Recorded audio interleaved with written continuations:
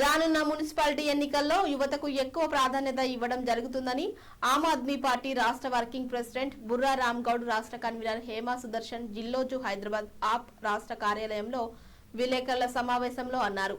ఈ సందర్భంగా వారు మాట్లాడుతూ కాంగ్రెస్ ప్రభుత్వం వచ్చి 2 ఏళ్లు పూర్తయినా కూడా ఇప్పటికీ గ్రామాల్లోని మున్సిపాలిటీలో ఎక్కడా చెత్త అక్కడే పేర్కొని ఉండడం జరుగుతుందని ధ్వజమెత్తారు.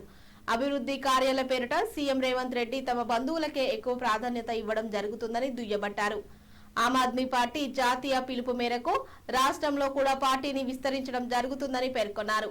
రాష్ట్రం అభివృద్ధికి జరగాలంటే రాబోయే రోజుల్లో ఆమ్ ఆద్మీ పార్టీలో ప్రతి ఒక్కరూ టికెట్లను తీసుకొని గెలుపొంది గ్రామాలను అభివృద్ధి చేయాలని పిలుపునిచ్చారు.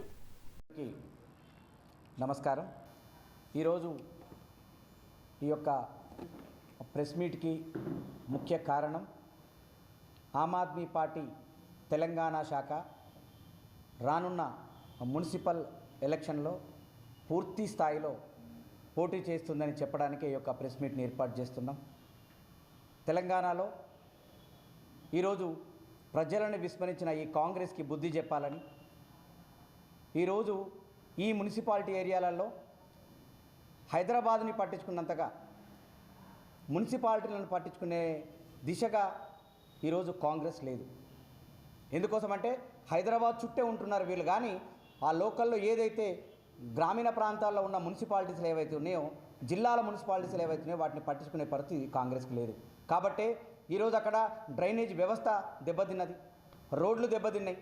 అసలు ముఖ్యంగా ఈ మున్సిపాలిటీలో ఏదైతే అతి దారుణంగా ఏదైతే దోపిడీ జరుగుతుంది, దొంగతనాలు జరుగుతున్నాయి అనేది నిజం. ఎందుకోసమంటే ఎక్కడ చూసినా మున్సిపాలిటీలో అవినీతియే, ఎక్కడ చూసినా మున్సిపాలిటీలో కాంగ్రెస్ రాజ్యమే, ఎక్కడ చూసినా ఈ మున్సిపాలిటీలో రేవంత్ రెడ్డి అనుచరులే కానీ ప్రజల కోసం పనిచేసే ఏ నాయకుడు లేరు. కాబట్టి ఆమ్ ఆద్మీ పార్టీ 2996 మున్సిపాలిటీలలో వార్డులలో ఆమ్ ఆద్మీ పోటీ చేయడానికి సిద్ధంగా ఉంది. మా ధ్యేయం ప్రజలకి సేవ చేయడం, మా ధ్యేయం ప్రజల పక్షాన ఉండి పోరాటం చేయడం, మా ధ్యేయం లోకల్ పవరే కావచ్చు, లోకల్లో జరిగే డ్రైనేజే కావచ్చు, లోకల్లో ఏవైతే వార్డులలో ఉండే ఏవైతే రోడ్సే కావచ్చు, వీటన్నింటినీ కూడా మున్సిపాలిటీ చేయాల్సిన పనులు, ఆ పనులు చేయకపోగా ఈరోజు రోగాల బారిన పడుతుండే మున్సిపాలిటీ ఏరియాలో. మున్సిపాలిటీలకి డబ్బులు ఇచ్చే పరిస్థితి లేవు. ఉన్న ఏవైతే ఉన్నాయో మున్సిపాలిటీలకి డబ్బులు వచ్చే పరిస్థితి లేవు.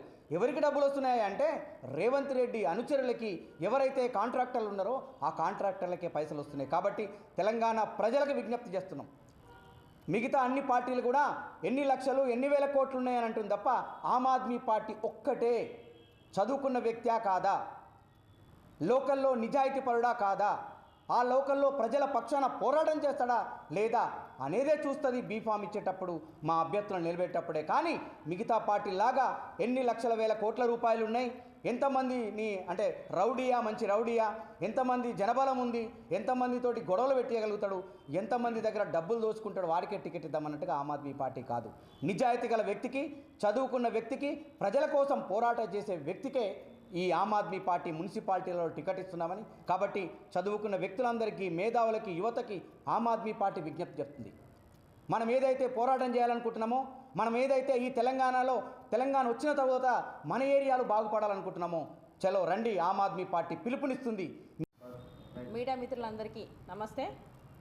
ఈరోజు ప్రెస్ మీట్ ముఖ్య ఉద్దేశం మున్సిపాలిటీ ఎలక్షన్లకి ఆమ్ ఆద్మీ పార్టీ తెలంగాణ శాఖ ఎలక్షన్ బరిలో దిగనుంది.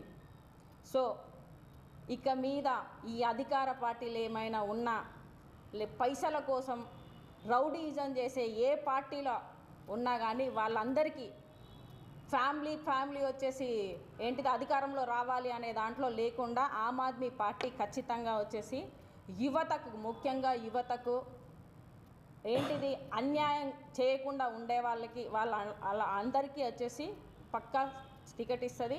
ఈ మున్సిపల్ ఎలక్షన్లో ముఖ్య ఉద్దేశంగా మేము పోవడానికి కారణం కూడా ఒకటి, ఎందుకంటే ఈ రోజున చూసుకుంటే అధికారంలోకి వచ్చినాక 2 సంవత్సరాలలో పరిపాలన అనేది నశించిపోయింది. ఎక్కడికక్కడ రౌడీజం చేస్తున్నారు తప్ప పరిపాలన తగ్గేసి రోడ్లు, కనీసం మున్సిపాలిటీ చెత్త తీసేయడానికి కూడా వచ్చేసి వీలు లేకుండా ప్రతి దగ్గర ప్రతి గల్లీలలో ఈరోజు చూసుకున్నా కానీ ఏంటిది మన గ్రామాలలో కానీ అసలుకి క్లీన్నెస్ లేదు, ఏది లేదు, మంచినీళ్ళ సరఫరా లేదు, గ్రామాలకు సంబంధించింది కానీ ఈ మన హైదరాబాద్లో జిహెచ్ఎంసీలో కానీ కరెక్ట్గా పాలన లేదు.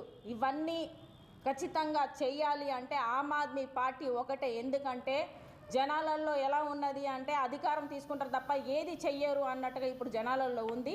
కానీ ఆమ్ ఆద్మీ పార్టీ ఢిల్లీలో అలాగే వచ్చేసి పంజాబ్లో చెప్పిన వాళ్ళు ఏదైతే వాగ్దానాలు చేశారో అవన్నీ చేశారు.